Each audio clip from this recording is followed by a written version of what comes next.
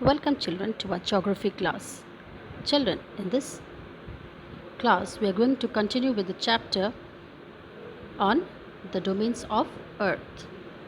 So children, as we know, there are four domains of Earth, that is the lithosphere, hydrosphere, biosphere and the troposphere. So let's learn about the rocks on the lithosphere. So we were studying about how the lithosphere is, and we are now up to the rocks, different kind of rocks that are found on the lithosphere. So these rocks have a different or a variable physical property depending on the color, size, texture, composition, hardness or softness. Now these variations result in the formation of this rocks. Now, on the basis of their origin, that is how they are formed, these rocks are classified into three categories. The first category we have is the igneous rocks. Now, let's see what is an igneous rock. The igneous rock formed from cooling and solidifying of magma are called the igneous rocks. Now, do you know what is the magma? Yes, the volcanic eruptions spread a lot of molten rocks on the Earth's surface. These rocks, when they come out from the through the volcano, they fall on the flow down the mountains and come on the plains, and then they cool down and solidify. These solidified rocks from the volcanic eruption forms the magma, and this magma is called the igneous rocks, and this is the primary rock. These rocks make up about 85% or more of the Earth's crust. Now here you can see three pictures of three kinds of rocks, and these rocks are igneous rocks, that is in the form of dolerite rock, basalt rock and the granite rock. Now let's see what is the next form of rocks, that is the sedimentary rocks. Sedimentation, as you know, means the settling down. So sedimentary rocks are formed by the sediments of other rocks. So when different kind of rocks settle down, they form the sedimentary rocks. These are which are broken up through the action of various weathering agents. Now weathering agents means like the water, wind, glaciers, sunlight. These are all the weathering agents.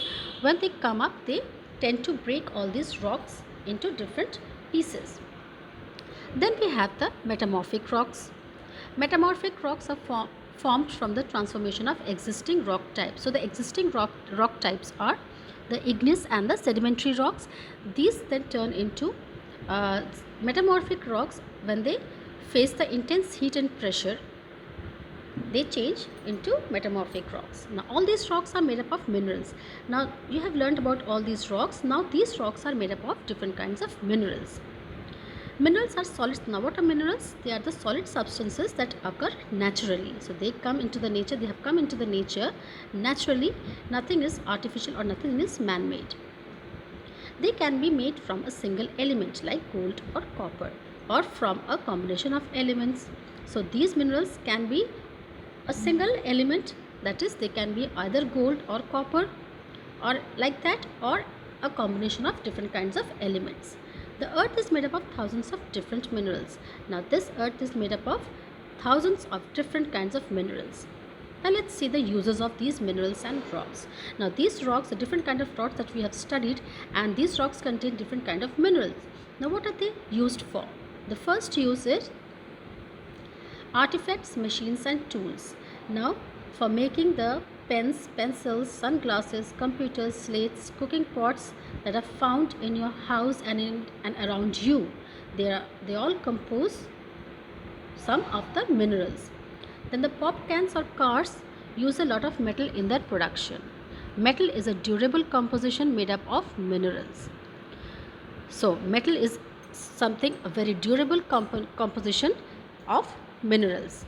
Many structures, tools, equipments are made of metals. Now cars, planes and boats are a few examples. Then we have the construction industry. Now rocks and minerals are widely used in the construction or structures of buildings, houses, bridges, etc. Now you use the bricks, you use the cement, you use the mortar, and these are used for even iron is also used. So these kind of minerals are used for the construction purpose also. Now, these structures use a wide range of minerals such as iron, clay, slate, limestone, shale, gypsum, silica sand, and many more of the kind. Then we have the decoration and jewelry. Now, some of the rocks are so attractive and so beautiful in appearance that they are used for decorative items like the vases, boxes, statues. These are all made up of rocks and minerals. Now, people adorn themselves with jewelry which is made of precious and semi precious stones such as gold, silver, and other stones. Now, we find many of the beautiful rocks with which we can make the jewelries. So, some of these rocks are maybe they are very precious, maybe they are semi precious, like the gold, silver, diamond. These are all some bronze. So these are some of the metals or some of the minerals that are more precious, and they are very scarce on this earth's surface. So they are very precious, and these are used for the different kind of beautiful jewelries. So rocks and minerals are some of the most beautiful things found in nature. So now we have learned that these rocks and minerals are so important in our beautiful life. Let's see how the rocks are nutritional and they are consumables.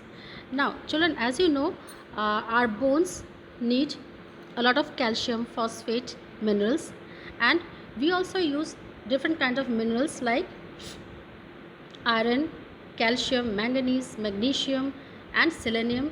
These are some of the minerals that are used and that are required for a healthy human body. Now, do you know that salt that are using in your daily life is a mineral? Yes, salt is in our food is a mineral. The gritty substance in our toothpaste. Now you use the toothpaste to brush your teeth daily in the morning and at night. So this toothpaste consists of pumice, which is a rock. Now, all these minerals and rocks are also used in the medicinal field also, and they are used for medicines and fertilizers. Now, let's see which is the next domain of the earth, that is the hydrosphere. Now, as I told you, hydro means water. The water covered on the earth's surface is called the hydrosphere. Now, 71% of the earth's surface is covered with water. Now, as you know, children, that the earth is covered, the 75% of our earth's surface is watery, because of which the earth appears blue from the space. So when we look into our planet earth from the space, it looks like a blue ball. So hence this is why it is called a blue planet. The water on earth exists in all three forms. Now this water on this earth's surface exists in this earth in all the three forms, that is the solid, liquid, and gas. Now in the poles, that is the north pole and south pole, you know that the earth that water over there exists in the form of ice and glaciers. Now rivers, oceans, aquifers, lakes, groundwaters constitute the liquid form. Now you have seen the rivers and oceans where the earth where the water is exists in the form of liquid. Now water is present in gaseous form in form of water vapors and clouds. Now in these water, when sunlight falls on it and it heats up, it changes into water vapors and forms clouds. Now let's learn how water changes its form in the hydrosphere. Now let's see about the water cycle. So the three forms of water are called the three states of water. Now these states are interconvertible. Now you know that we can change the water into ice, and the ice then again convert into water. The changing states of water from a complete water cycle. This complete change of the state of water forms the water cycle. Now this water then again, when gets heat, turns into vapors, and this vapors, when they cool up, they again come back on the earth in the form of water. Now this cycle goes on.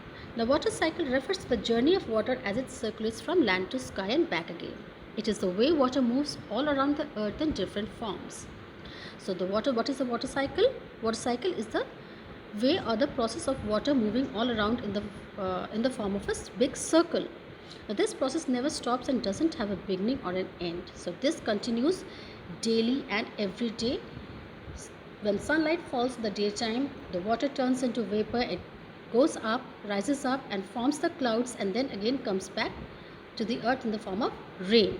So this cycle repeatedly goes on. Now let's see the stages of water cycle. The first stage is the evaporation. So when the sun rays fall on the water, this water heats up and it turns into vapor and rises up. This forms the clouds. This process of turning of water into water vapor is called the evaporation. Now children, you have a picture where you can see the water cycle. Now you can see that there's a sea over here. The sun rays fall on it and the water turns into vapor and rises up and forms the clouds. These clouds then cool down and turn into rain and fall into the water. This is the cycle that goes on regularly. So this is the big cycle of water. Now let's see the next process. This is the condensation. Now the water vapor that rises up into the sky, it cools and turns back into liquid form, forming the clouds.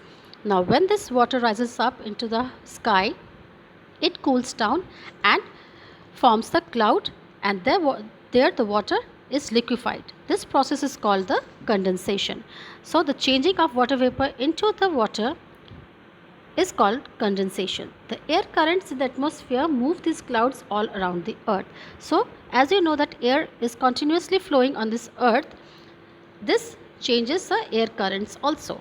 Now the precipitation. The next form is the precipitation. When the condensed water in the clouds becomes too heavy for the air to hold, this condensed water in the clouds. So when the clouds are formed, water vapor gets converted to water, and when it becomes heavy, then the water is released from clouds in the form of rain. When this clouds becomes heavy, then the water is released from it, and it forms on the earth in the form of rain, sleet, snow or hail. This process is known as the precipitation. Then we have the next process, that is the collection. When the water falls back on the earth as precipitation, it may get collected in the oceans, lakes or rivers, or it may fall on the land. So when this water falls on the land, the water on the earth rises up. This is what is collection. The water in the oceans, lakes and rivers eventually evaporates back into the air, beginning the water cycle all over again. So again, when it gets collected on the earth's surface, then again the sun rays fall on it and it again forms into water vapor, collects on the sky, forms the clouds and then precipitates on the earth in the form of rain, sleet, storm or hail. Then this water gets collected in the oceans, rivers and lakes. This cycle goes on and on and on.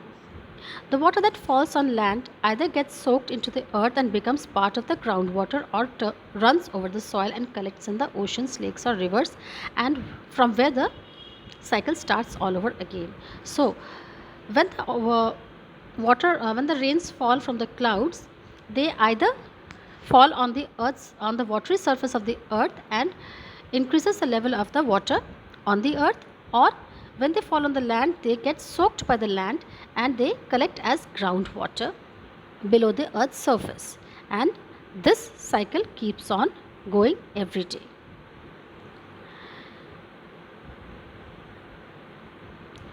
Now we are going to study about the oceans. Now hydrosphere consists of the oceans. These are the big watery mass. Let's see what an ocean is. Most of the water on earth is in the form of oceans. The oceans are by far the largest reservoir of water. Reservoir means it is the largest reserve of water, and on earth over 96% of all the earth's water exists in the oceans.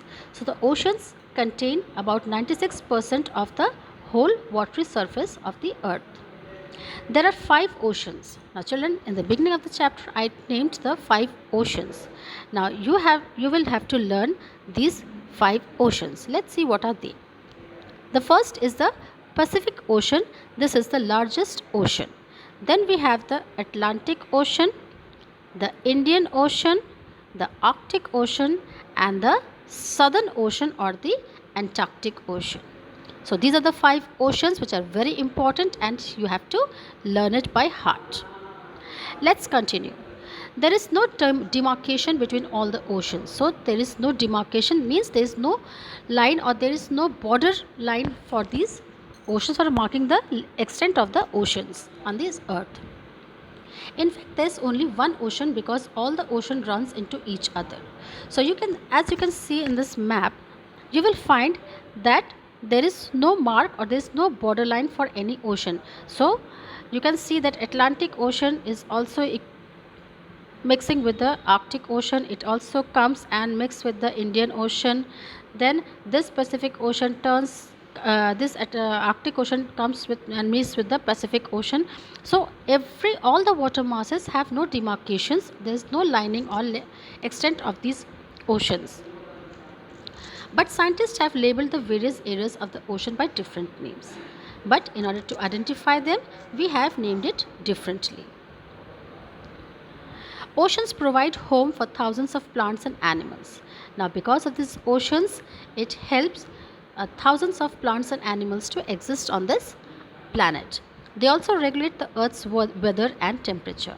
So, this watery surface regulates or maintains the temperature and weather of this Earth. Oceans keep the Earth warm in winter and cool in summer. So, due to the presence of these oceans, the Earth feels the warmth and the cool temperatures over it. So children, we'll learn up till now, and in the next chapter we will continue with more of this lesson. So till then, learn hard, learn everything, try to know everything, and till we meet in the next class, it is bye bye for now.